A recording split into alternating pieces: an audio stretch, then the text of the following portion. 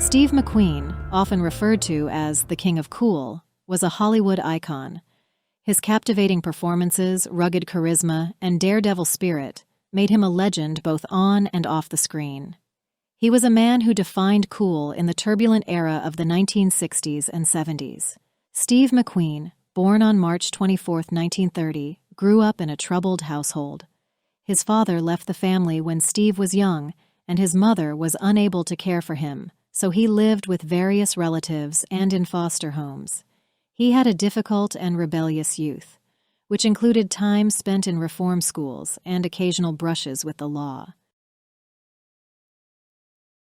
McQueen's life took a significant turn when he joined the U.S. Marine Corps at the age of 17. He served for several years, including a stint in the military police. It was during his time in the military that he discovered a sense of discipline and purpose. He later credited the Marines with teaching him valuable life lessons and providing the structure he had lacked in his youth. After leaving the Marines, McQueen began to explore acting, starting with small roles in television series. His rugged good looks and intense presence quickly caught the attention of casting directors. In 1956, he was in Somebody Up There Likes Me, alongside Paul Newman. Without receiving credit and appearing in his second film, McQueen played a minor role as one of Paul Newman's street-smart companions in the initial scenes of the movie. Fast forward 2 decades, and Steve would be prominently featured above Paul in the credits when they shared the screen in The Towering Inferno in 1974. McQueen's breakthrough came in 1958 when he was cast in the lead role of Josh Randall in the TV series Wanted Dead or Alive. The show's success brought him recognition and popularity. McQueen's success in television paved the way for a transition to film.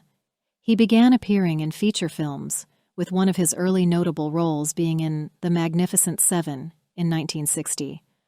McQueen was also in the movie The Blob in 1958, where he portrayed a high school student who, alongside his girlfriend, ingeniously outsmarted a deadly extraterrestrial jelly-like creature.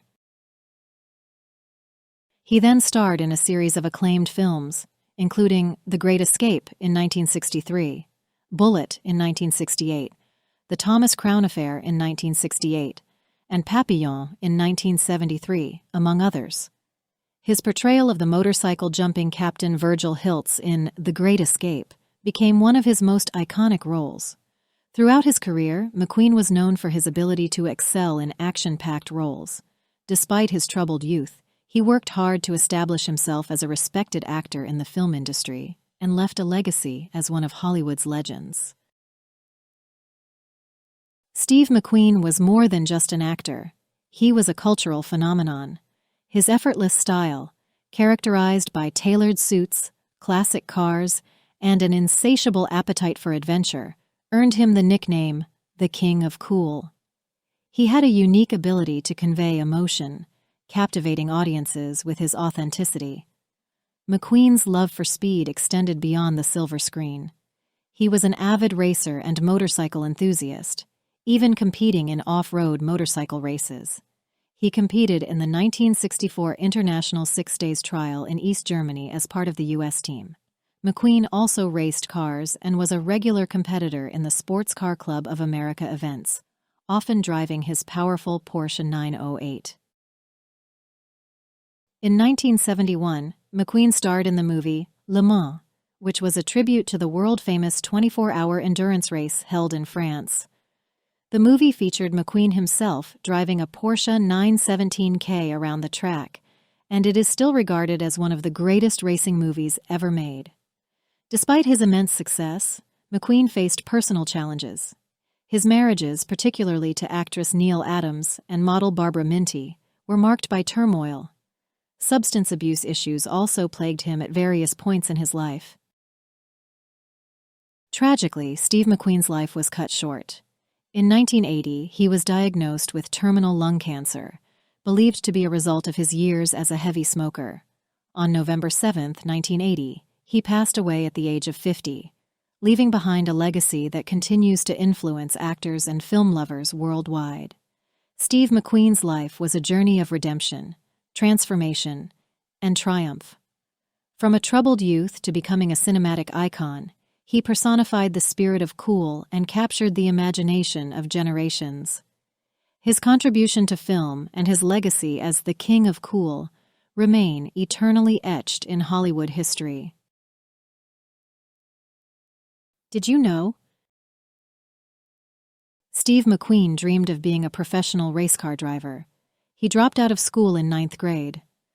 McQueen started his acting career by taking acting classes at the Actors Studio in New York City. He also studied with renowned acting coach Sanford Meisner. The Sand Pebbles in 1966 was filmed across Taiwan and Hong Kong, with production spanning a lengthy 7-month period. McQueen's outstanding performance in the film resulted in his sole Academy Award nomination during his career. Steve's first wife, Neela Adams, said in an interview, "He had this competitiveness with Paul Newman because Paul had become a star in Somebody Up There Likes Me. And Steve had a very minor part. It took a long time to catch up with Paul. It took 18 years, until The Towering Inferno, when he finally had his name first. Paul's name was a little higher, but it didn't matter, he was first. After this film, he was exhausted and wanted to retire." In an interview, Paul Newman said that he came to regret his choice to share the screen with Steve McQueen due to the intense rivalry that developed between them. McQueen received equal compensation, $1 million plus a 10% share of the box office earnings. Steve engaged in a notorious dispute with his neighboring British rocker, Keith Moon, famously known as Moon the Loon from The Who, while residing in Malibu. Moon had a habit of leaving his bathroom light on during the night, which cast an annoying glow directly into McQueen's bedroom, disrupting his sleep. Despite McQueen's repeated requests for Moon to turn off the light, his request was ignored. In frustration, McQueen resorted to an unconventional solution.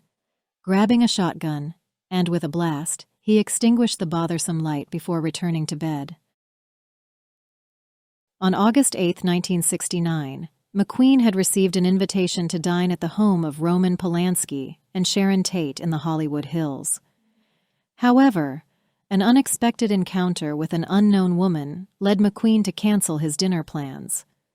Little did he know that this decision would later take on a chilling significance. In the aftermath of the tragic Manson family murders that night of the dinner, McQueen discovered that he had been placed at the top of Charles Manson's infamous celebrity death list. This revelation left him deeply unsettled and apprehensive. Consequently, McQueen began carrying a concealed weapon for personal protection in response to this unexpected threat. Dominic Dunn said, "Steve McQueen packed a gun when he went to Jay Sebring's funeral. Jay was at the house that night and was murdered along with 4 others." McQueen made an appearance on the popular television game show, What's My Line, in 1966. What's My Line was a panel game show where guests would appear and the panelists would try to guess the guest's occupation or identity by asking a series of yes or no questions. During the show, Arlene Francis eventually figured out that he was Steve McQueen. It aired on December 18, 1966. Sadly, Dorothy Kilgallen wasn't in this episode as she had died a year earlier. McQueen was posthumously awarded a star on the Hollywood Walk of Fame at 6834 Hollywood Boulevard on June 12, 1986. You only go around once in life, and I'm going to grab a handful of it. Steve McQueen.